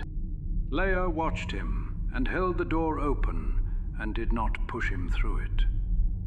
She had her own version of the loss to carry, her own accounting of 30 years of Chewbacca being so completely woven into the fabric of her family's life that his absence was not felt in any single place, but in all of them simultaneously. In the sounds the Falcon did not make anymore, in the conversations that did not happen, in the face of her husband, which was doing something it had not done since before Endor, closing slowly around a pain that was being kept carefully inside. She loved him through it, the way she had loved him through everything. Not because she was patient by nature, because she was not particularly, but because she had decided a long time ago that this was the person she had chosen, and that choosing a person means choosing them in the versions of themselves that are hardest to love, as well as the versions that are easy. She waited. He came back, eventually. Not the same, never the same, but back. Jacen Solo processed his grief in the way Jacen processed everything, by thinking about it for a very long time, by holding it up against every philosophical framework he had access to, by asking questions that had no clean answers, and sitting with the discomfort of that until the discomfort became, if not comfortable, at least familiar. He thought about death. He thought about the Force, and whether what persisted after death was something that could still be known, still be loved, still be present in some form that his grief-raw Force sensitivity might be able to reach, if he became quiet enough. He did not find a clean answer. He found instead something more like a practice, the practice of remembering, of holding the specific, irreplaceable particulars of a life in the mind, and refusing to let them blur into generality. Chewbacca was not a Wookiee. He was this Wookiee, with this coat and this bowcaster and this specific irreplaceable repertoire of growls and this precise, unduplicable way of making you feel, simply by being in the room with you, that the room was safe. Jaina flew. Of course she did. She flew the way her father flew when he was outrunning something, but with a clarity of purpose that was specifically her own. She was not running from the grief. She was using it, refining it into something purposeful and directed and fierce. She became, in those months, better than she had been. Not because loss makes people better. It does not automatically, not inevitably. But because Jaina Solo had the specific character that looks at terrible things and asks, "What do I do with this?" and then does it. And Anakin, who had run off the ship, who had sat in a corridor, who had thought about Tuesdays in a garden on Yavin 4, who had found, through the patient, unhurried gift of his uncle's honesty, something that was not comfort, but was truth. The truth that what he had done had come from love, and that love does not owe the universe a successful outcome in order to be real. He carried this. He grew around it, the way a tree grows around a fence post, slowly, organically, incorporating the obstacle into the shape of the growth, until the obstacle and the tree are inseparable, until you cannot say where one ends and the other begins. He would grow, in the war that followed, into someone remarkable, not because of the loss, Not because loss is a teacher worth paying this kind of tuition, but because of what was already in him, the thing that had made him run off the ship in the first place.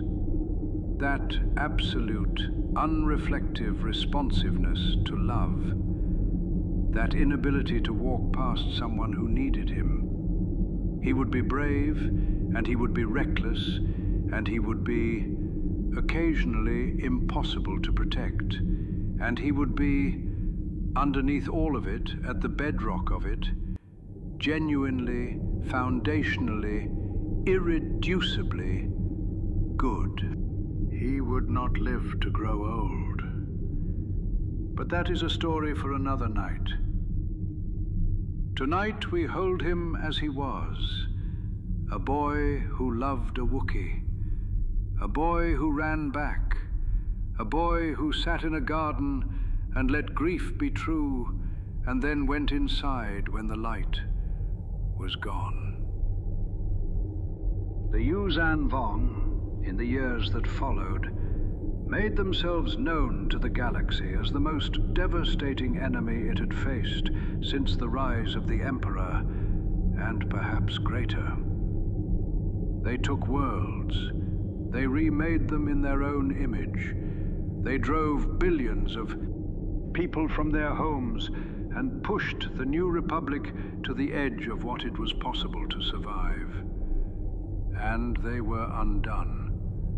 Not quickly, not cleanly, not without enormous and terrible cost, but they were undone. And the things that undid them were, in the end, the things they had never been able to understand. The horizontal loves, the irrational attachments, the choices made in the last few seconds of the last possible moment by people who had nothing left to calculate with except the person in front of them and the love they felt for that person. A Wookiee going back for a child.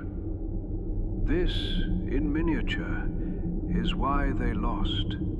Not this specific act. No single act turns the tide of a galactic war. But this quality of people who cannot walk past, who turn toward, who go back, who cannot, in the end, be persuaded by logic or survival instinct or the reasonable counsel of self-preservation to simply leave. Chewbacca of Kashyyyk, 200 years old, co-pilot of the Millennium Falcon, life-debtor and life-giver and friend and companion, and the uncle of a kind, and the one who always turned toward. He left warmth in everyone who loved him, not metaphorically, not poetically, actually.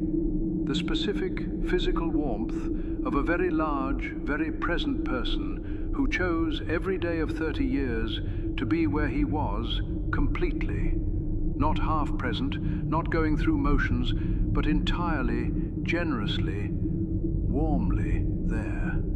That warmth does not leave when the person does.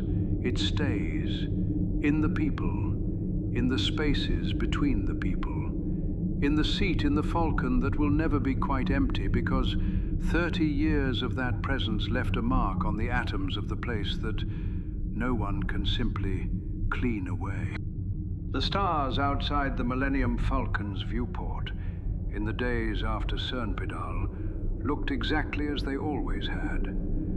This is the thing that people notice in the aftermath of great loss, that the world continues to look the way it always did. The coffee is still hot. The light comes through the window at the same angle. The stars are exactly where they were.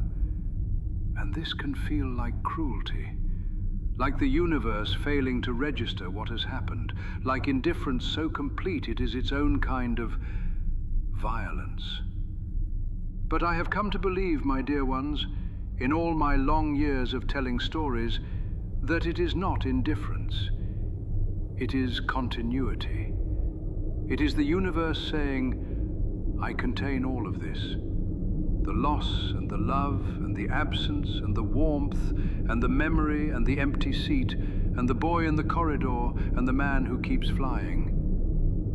I contain all of it, and I will continue to hold it, all of it, for as long as there are stars to hold it by.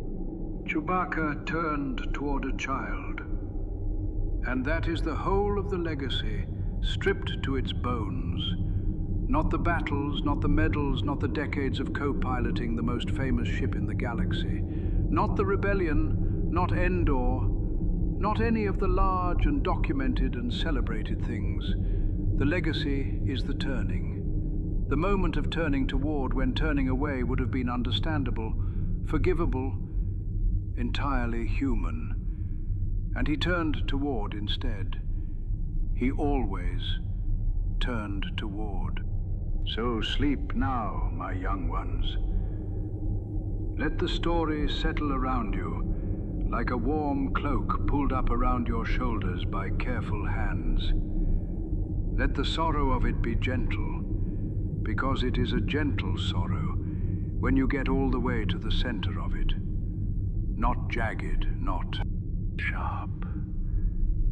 Just the true, quiet weight of something that was loved very much and is loved still, and will be loved for as long as the people who carry it are breathing. That love does not require the person to be present.